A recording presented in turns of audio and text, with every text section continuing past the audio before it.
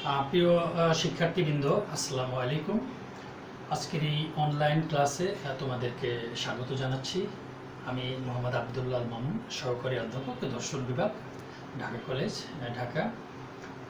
আমার এই অনলাইন ক্লাসে আজকে আমি মাস্টার্স শ্রেণীর MA ক্লাসে যে ছাত্ররা আছো তাদের একটি গুরুত্বপূর্ণ একটি কোর্স, যেটা হলো কোর্স নাম্বার হলো 713, যে philosophy of Al Ghazali and Ibn রুশদ।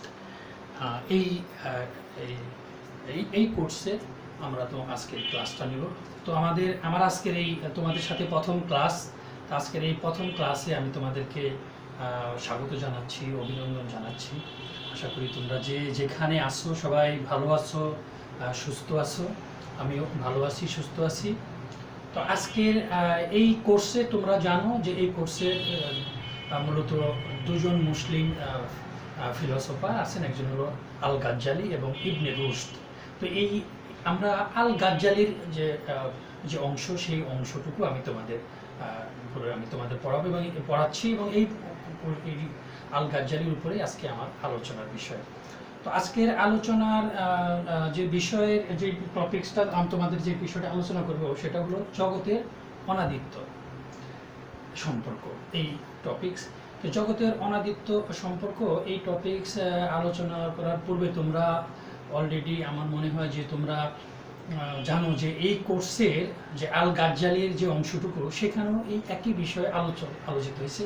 তবে সেখানে আমরা তোমাদের যে বিষয়টা আলোচনা করছি সেখানে হলো দার্শনিকদের, বিশেষ করে ফালাসিফা সম্প্রদায়ের দার্শনিক এবং প্রাচীনকালের যে দার্শনিক, তাদের অভিব্যক্তিটা আল গাজ্জালি দিয়ে, আল গাজ্জালি সেটাকে কী করছেন, উনি তার যুক্তি দিয়ে সেই দার্শনিকের যে অভিমত সেটাকে তিনি খণ্ডন করে তার নিজস্ব যুক্তি উপস্থাপন করছেন।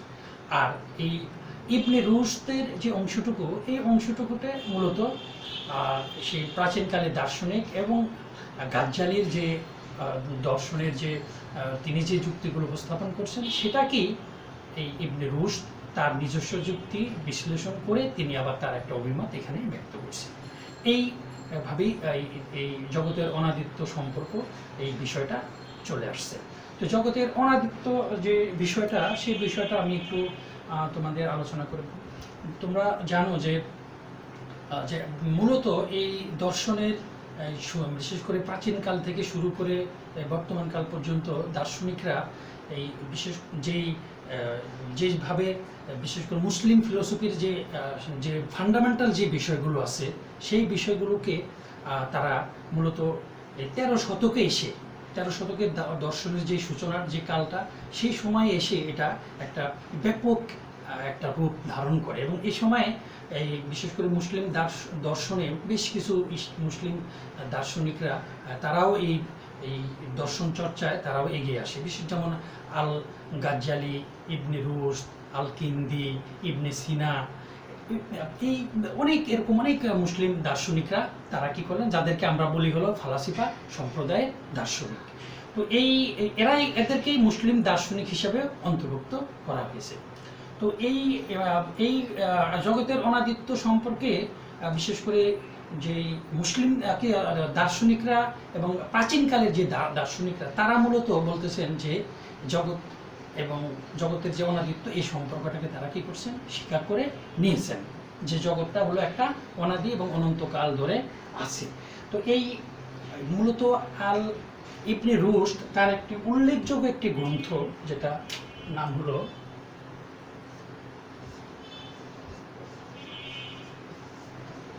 তাহফুত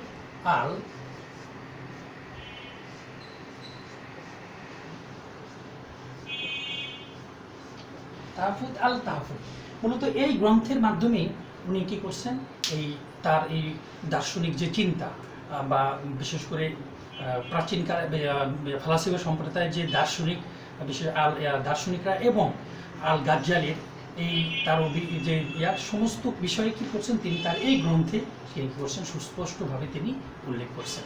তো তার বিশেষ করে প্রাচীনকালের দার্শনিক এবং ফালাসিফা সম্প্রদায়ের দার্শনিকদের অধিকাংশদেরই মত ছিল যে জগৎ আল্লাহ বা ঈশ্বর কর্তৃক সৃষ্ট কোনো বিশেষ সময়ে সৃষ্ট, সেটা কোনো একটা বিশেষ সময়ে সৃষ্ট কোনো বিষয় না। জগৎ সর্বদাই ছিল, জগৎ আছে এবং জগৎটা থাকবে, এই বিষয়টাই হলো তাদের মূল বিষয়। এবং আল্লাহকে যেমন তারা বলছেন যে আল্লাহ যেমন একটি চিরন্তন একটি সত্তা এবং অনাদি সত্তা, ঠিক জগৎটাকেও তারা বলছেন যে এটা একটা চিরন্তন সত্তা এবং এটা একটা অনাদি সত্তা। এবং জগতের অনাদিত্ব সম্পর্কে ইবনে রুশদ মূলত তিনি কি করছেন, গাজ্জালির যে মতবাদ আছে সেই বিষয়টাকে এবং দার্শনিক যে মতবাদ আছে সেই বিষয়টাকে উনি কি করছেন, পর্যালোচনা করছেন এবং তিনি মূলত দার্শনিকদের মতবাদটাকেই তিনি কি করছেন, বেশিরভাগই তিনি গ্রহণ করেছেন। এবং এই আলোচনায় দার্শনিকরা এবং যে 4টি যুক্তির মাধ্যমে এই জগতের অনাদিত্ব সম্পর্কে তারা যে ব্যাখ্যা করছেন, ইবনে রুশদ সেই 4টি যুক্তিরই তিনি কি করছেন, খণ্ডন করছেন। তো আমরা এই জগতের অনাদিত্ব সম্পর্কে আমরা দার্শনিকদের যে প্রথম যে যুক্তিটা সেই বিষয়টা আমরা প্রথমে আলোচনা করব আজকে।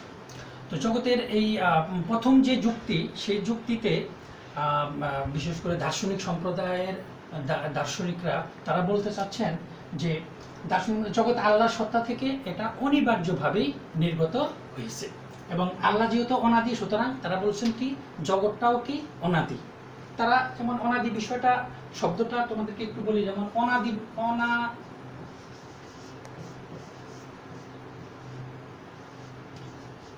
অনাদিত্ব শব্দটার মূল বিষয়টাই হলো কি, যা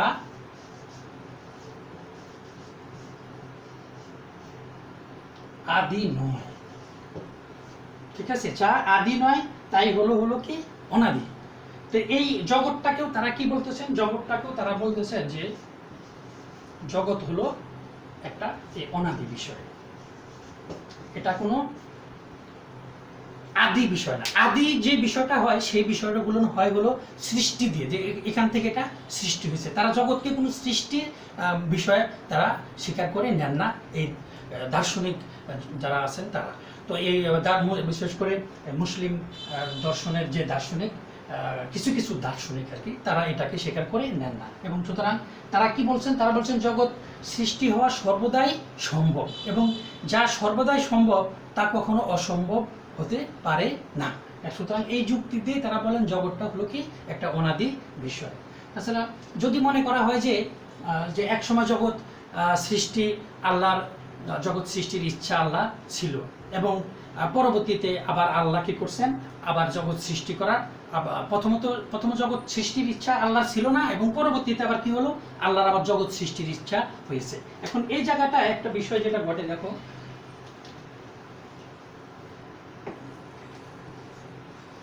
যে আল্লাহর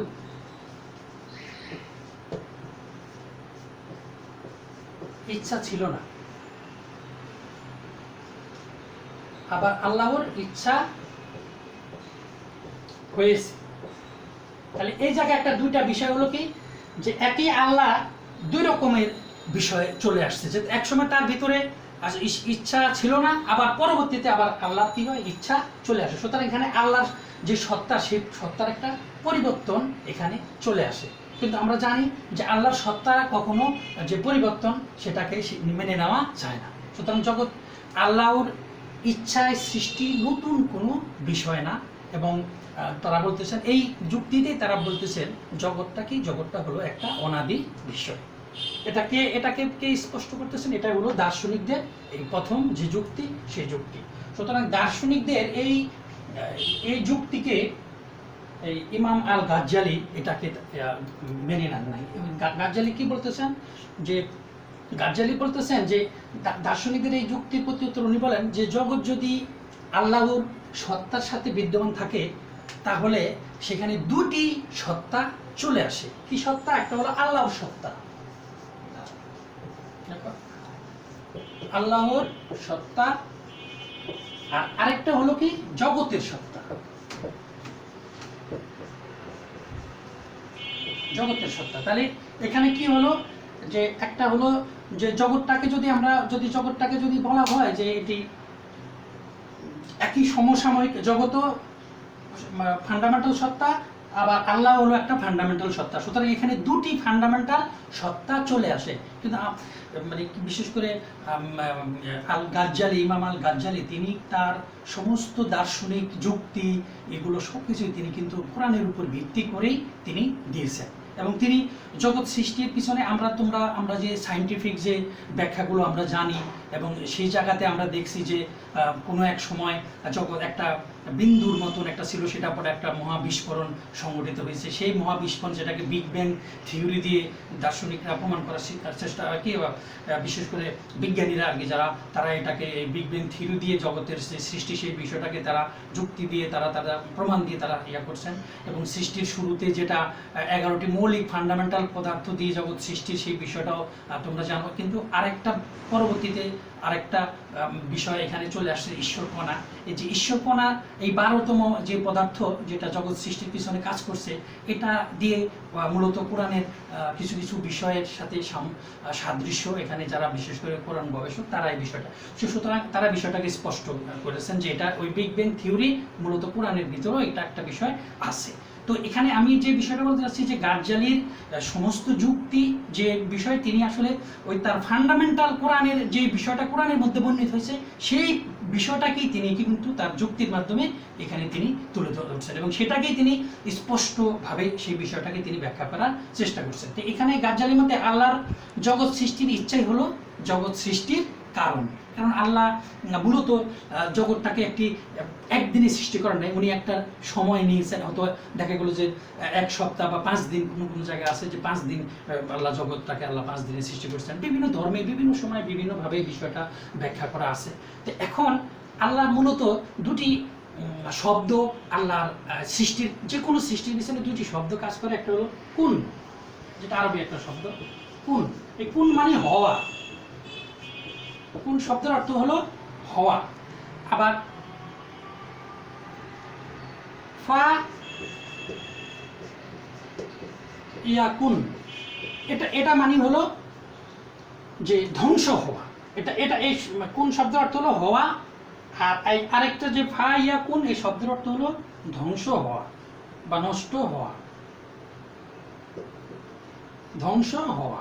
তো যাই হোক, এই শব্দ দুটোই মূলত আল্লাহ যে কোনো সৃষ্টির পিছনে, যে কোনো কিছুর পিছনে এই দুটি শব্দই আল্লাহ ব্যবহার করেন। তো এই বিষয়টা আমরা দেখি, এই জন্য গাজ্জালি যে জিনিসটা বলছেন, গাজ্জালি দেখাচ্ছেন যে আল্লাহর কাছে সর্বদাই জগৎ সৃষ্টি সম্ভব ছিল, এবং এটাই আল্লাহর একটা মৌলিক এবং ফান্ডামেন্টাল একটা বিষয়। এখন ইবনে রুশদ এসে এই বিশেষ করে দার্শনিকদের এবং আল গাজ্জালির যে মতবাদ, তারা এই মতবাদটাকে তিনি গ্রহণ করেন না, এবং তিনি মূলত বলতেছেন যে গাজ্জালি যে যুক্তি দেখিয়েছেন সেটাকে তিনি বলতেছেন যে এটার ভিতরে মূলত একটা ডান দিক একটা পদ্ধতি, ডান দিক একটা বিষয়, এবং এটা একটা সাদামাটা যুক্তির মাধ্যমে আসলে উনি এটাকে ব্যাখ্যা করার চেষ্টা করছেন। এবং ইবনে রুশদ বলেন যে সম্ভাব্যতা শব্দটি কেউই আসলে সমান অর্থে ব্যবহার করেন নাই, অর্থাৎ দার্শনিকরাও এটাকে সমান অর্থে ব্যবহার করেন নাই, আবার আল গাজ্জালিও এটাকে সমান অর্থে ব্যবহার করেন নাই। তাহলে এটা বিভিন্ন সময় বিভিন্ন অর্থে এটার কি ব্যবহার হয়েছে। তিনি বলেন যে যারা জগতের অস্তিত্বের পূর্বেই সম্ভাবনা ধারণা স্বীকার করেন, ঠিক আছে, জগতের অস্তিত্বের পূর্বে স্বীকার করেন, তাদের পক্ষে এই জগৎকে অনাদি বলা অমূলক হবে না। এটা হলো এই ইবনে রুশদের মূল কথা। তো যাই হোক, আমরা এই প্রথম যে যুক্তি, পরে আমরা দ্বিতীয় আরেকটি যুক্তি আছে দার্শনিকদের পক্ষে, সেই যুক্তি আমরা আলোচনা করব।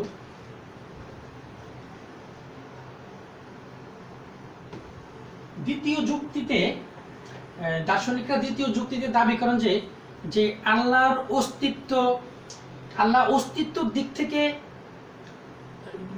অগ্রগামী একটা সত্তা হতে পারে, কিন্তু আল্লাহ কালের দিক দিয়ে অগ্রগামী নন। তাহলে এখানে আরেকটা বিষয় চলে আসছে, হলো প্রথমত দার্শনিকরা নিয়ে আসছেন হলো জগৎ, এবার তারা নিয়ে আসছেন হলো তারা কাল, যেটাকে আমরা বলি সময়। তাহলে এখানে কি বলছেন যে আল্লাহ অস্তিত্বের দিক থেকে আল্লাহ অগ্রগামী, ঠিক আছে, কিন্তু কালের দিক থেকে আবার তিনি বলতেছেন যে আল্লাহ অগ্রগামী নন, এই অগ্রগামী সত্তা হতে পারে না কালের দিক থেকে। তাহলে আল্লাহর প্রথমত হলো কি, আল্লাহ কোন দিক দিয়ে, আল্লাহ হলো প্রথমে অস্তিত্বের দিক দিয়ে। তাহলে অস্তিত্ব এটা কার? আল্লাহর অস্তিত্ব। তাহলে অস্তিত্ব, আল্লাহর অস্তিত্ব হলো কি, যে এটা হলো যে কালের দিক থেকে আল্লাহ মানে আল্লাহ অস্তিত্বের দিক থেকে আল্লাহ পূর্বগামী, কিন্তু কালের দিক থেকে আল্লাহ পূর্বগামী নয়।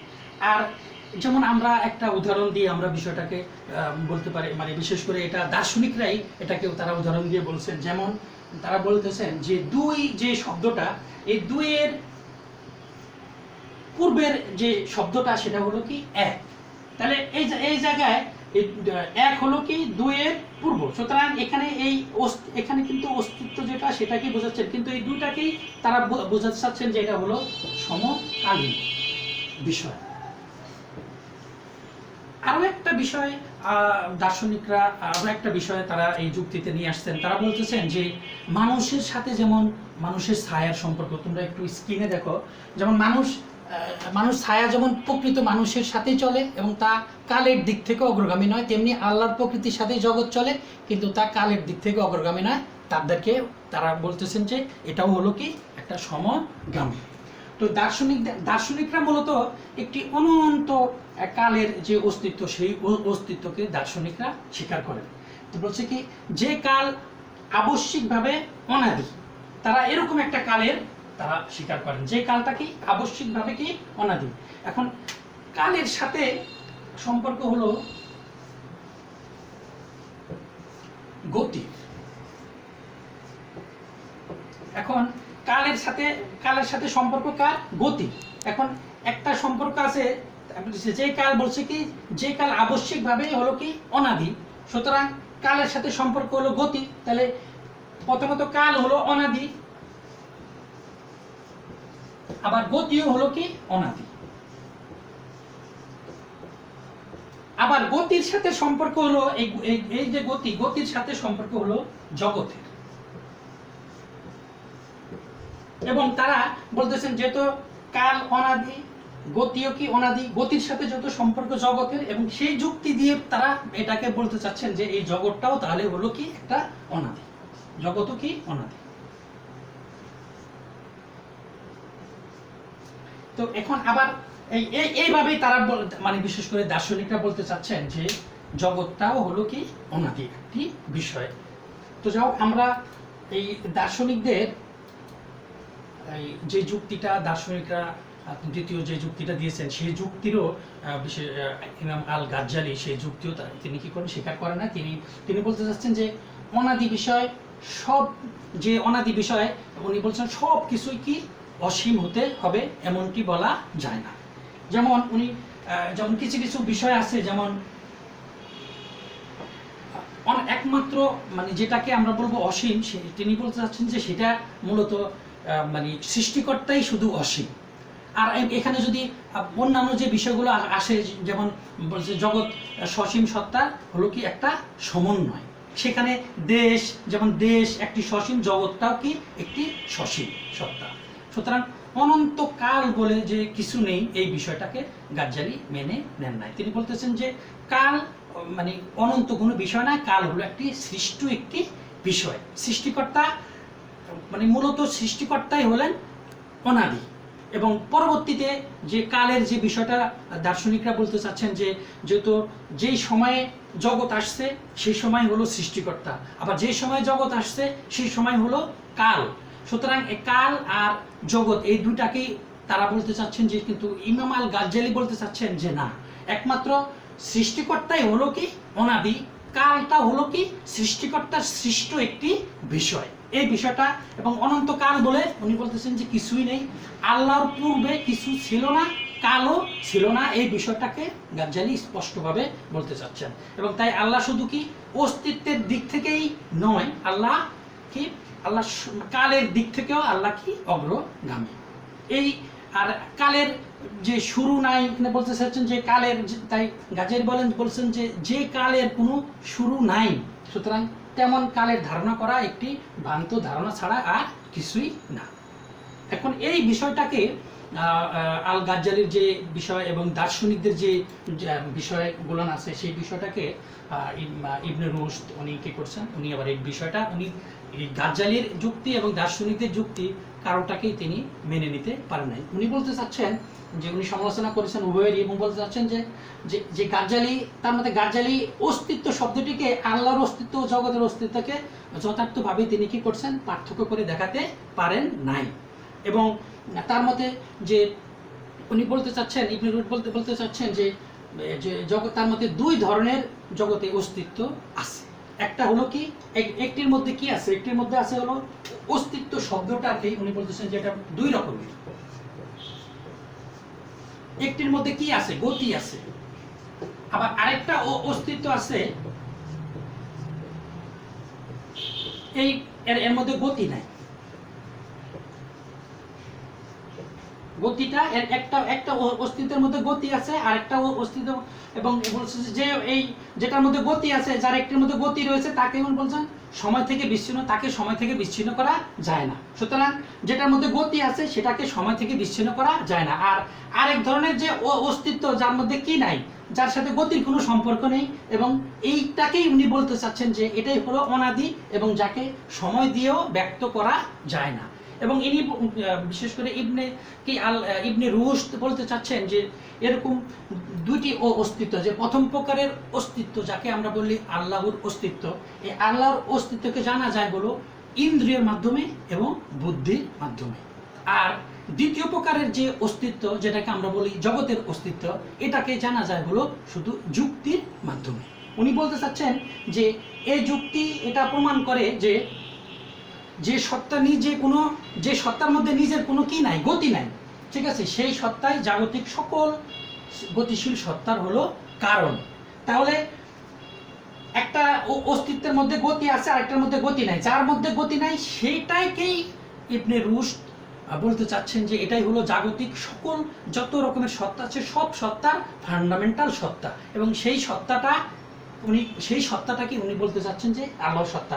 তাই তিনি বিশেষ করে যে দার্শনিকরা যে মানুষের সাথে তার ছায়ার যে সম্পর্কের কথা বলছেন, এই দু ধরনের সত্তা বা অস্তিত্বের তুলনা করা চলে না, এটাকে বলতেছেন ইবনে রুশদ যে এই মানুষের ছায়ার সাথে এই বিষয়টা তুলনা করা চলে না। অর্থাৎ এখানে তাই দেখা যায় যে আল গাজ্জালি দার্শনিক এবং ইবনে রুশদ দেখা যায় যে উনি কি করছেন যে তিনি ইমাম আল গাজ্জালি এবং দার্শনিক উভয়েরই উনি কি করছেন এই সমালোচনা করছেন। অর্থাৎ তিনি একটি সত্তা অন্য সত্তার উপর যে প্রাধান্যের মূল সূত্র হিসেবে যে সময়ে অবস্থান এবং সময়ে অবস্থান করে না, এই অবস্থানের বিষয়টিকে উনি কি করছেন নির্দেশ করছেন।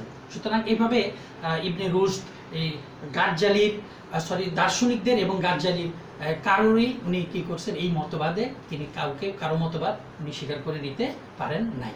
তো আমরা আজকে এই তোমাদের এই বিশেষ করে আল্লাহর এই অস্তিত্বের যে বিষয়টা, জগতের যে অনাদিত্ব সম্পর্কিত যে বিষয়টা, এই বিষয়ের যে দুটি যুক্তি আমরা আজকে আলোচনা করলাম। আমরা আগামী ক্লাসে আমি চেষ্টা করব তোমাদের আগামী যে আরও যে দুটি যুক্তি আছে দার্শনিকদের যে যুক্তি, যেটা সেই যুক্তিগুলো আমরা আগামী ক্লাসে আমরা আলোচনা করব। তবে এই পর্যন্ত তোমরা এই বিষয়টা আরেকটু পড়াশোনা করবা, আরেকটু জানার চেষ্টা করবা। তোমরা এই করোনাকালীন এই সময় সবাই বাসায় অবস্থান করবে।